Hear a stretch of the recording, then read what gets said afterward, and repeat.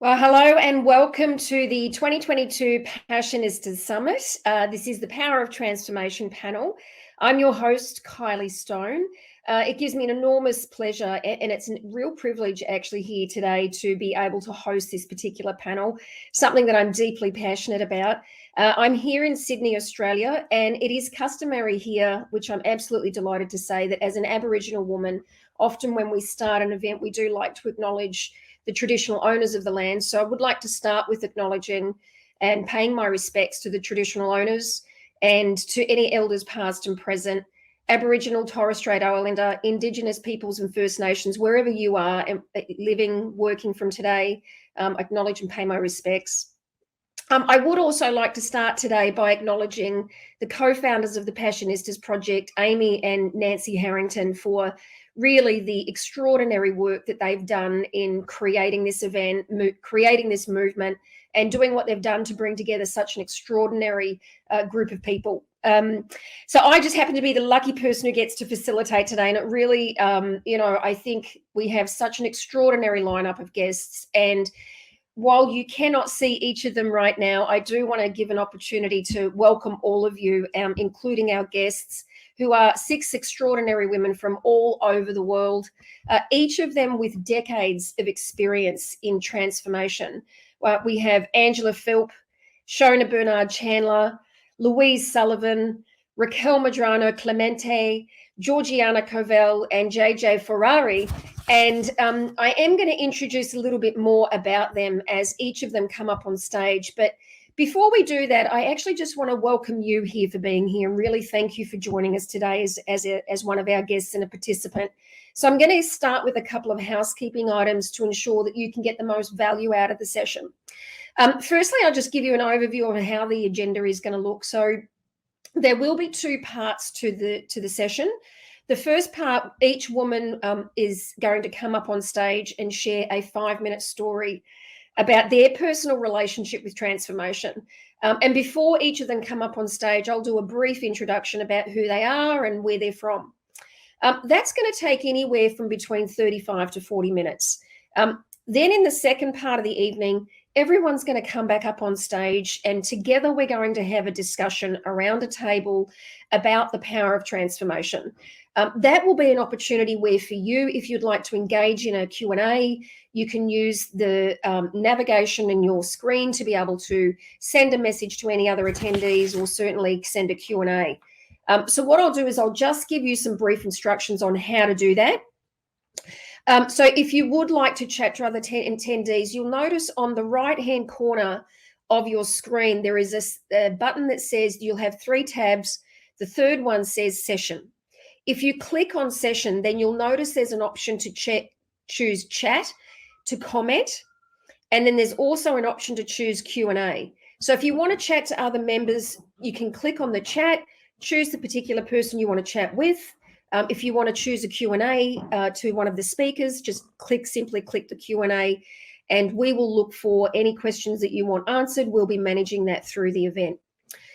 If you do at any point want to jump off or you need to jump off, just a brief reminder, be sure to go back in and check the schedule to see if there's any other events you really want to check out. Look for ways to follow any and all of the speakers, and certainly make sure you follow the Passionistas project on social media. And don't forget tonight, if you go to the main stage at 5 p.m. Pacific Standard Time for the Passionistas Persist Awards. So if there's any other further questions that you have on how to get the most value out of today, please just, what you can do again is go into the session and you can click on Amy and Nancy Harrington, whose names you will see on the list, and you can chat with them directly if you're having any technical issues. Otherwise, if you've got a general Q&A, please just go for your life. Look, at the end, we're really grateful to have every single one of you here. Today's topic is as I said, is the power of transformation. And look, as I was thinking about today's session, I think the first thing that struck me is, like many things, what does transformation really even mean? If we look up transformation, the simple reference to transformation is something like a radical, extreme, or dramatic change. And it's often in some character or appearance, something or someone, usually for improvement or making something better. But when we talk about human transformation, we're not talking about the change of things necessarily externally. What we're talking about is an internal shift that provides a clear pathway for people to live up to their full potential and to live their lives with greater purpose, clarity, and passion, which is perfect considering that we're all here really expressing our own passion. Certainly for me, the power of transformation is one of my passions, but specifically my passion for the impact it has on our ability to create an entirely new paradigm of leadership.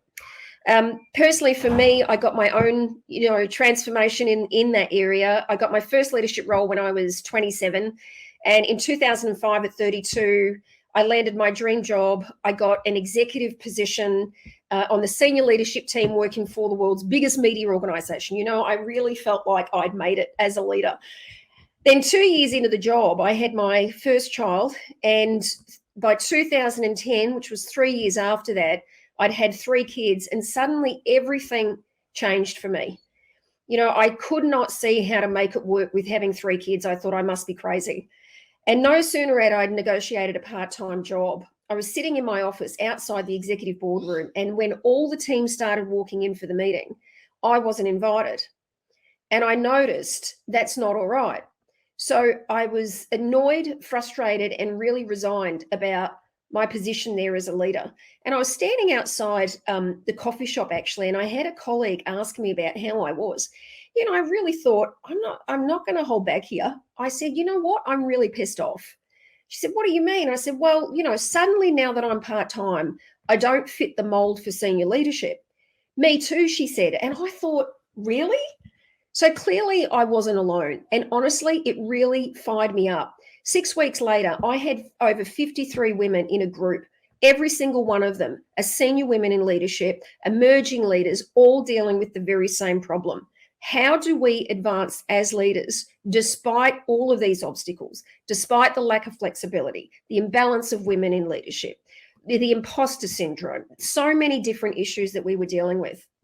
And the thing that really struck me, we were sitting in this room, every single one of us, some were on a call, some of us in the same room.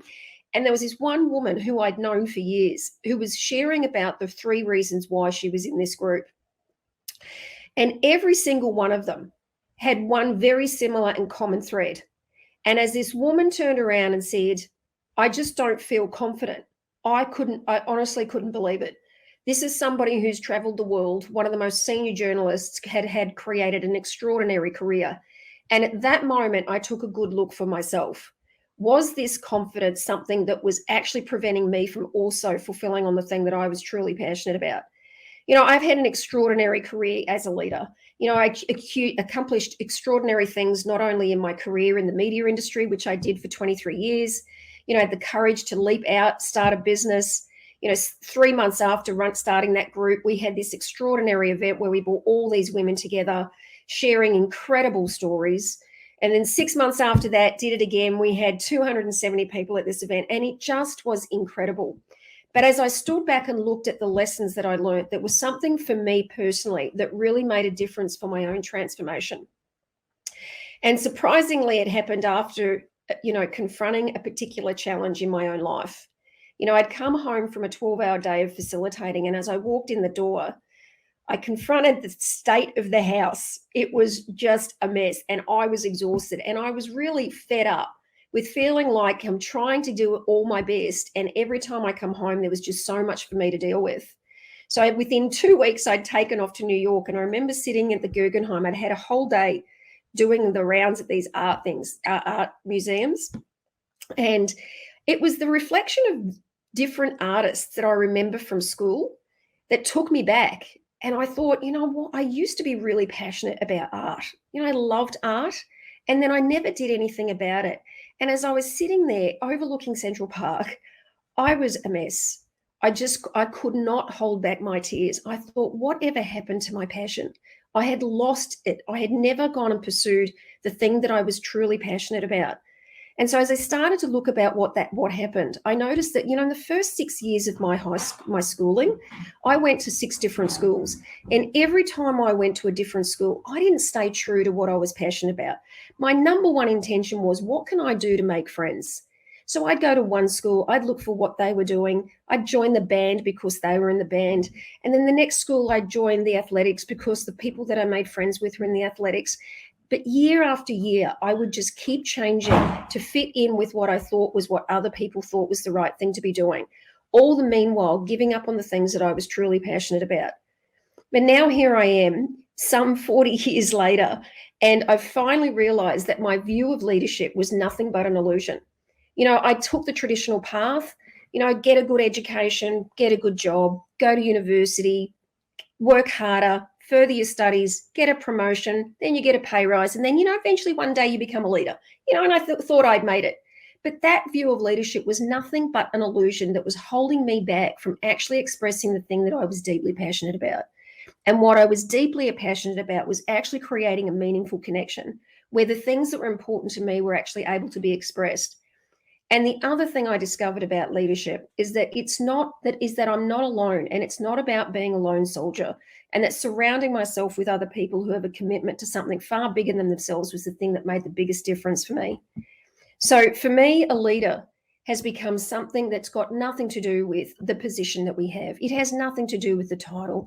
It has nothing to do with the credentials. And although all of those things make a big difference to furthering our own knowledge, it's not the thing that has us express leadership in the world. So my mission really has become about empowering people to actually create, themselves as a leader, to discover that actually real leadership starts from within and within us. And it comes to our ability to be able to show up in every moment, in every day, in every relationship. For me now, leadership is how I show up in my conversations with my kids. It shows up in how I have conversations with the guy at the coffee shop.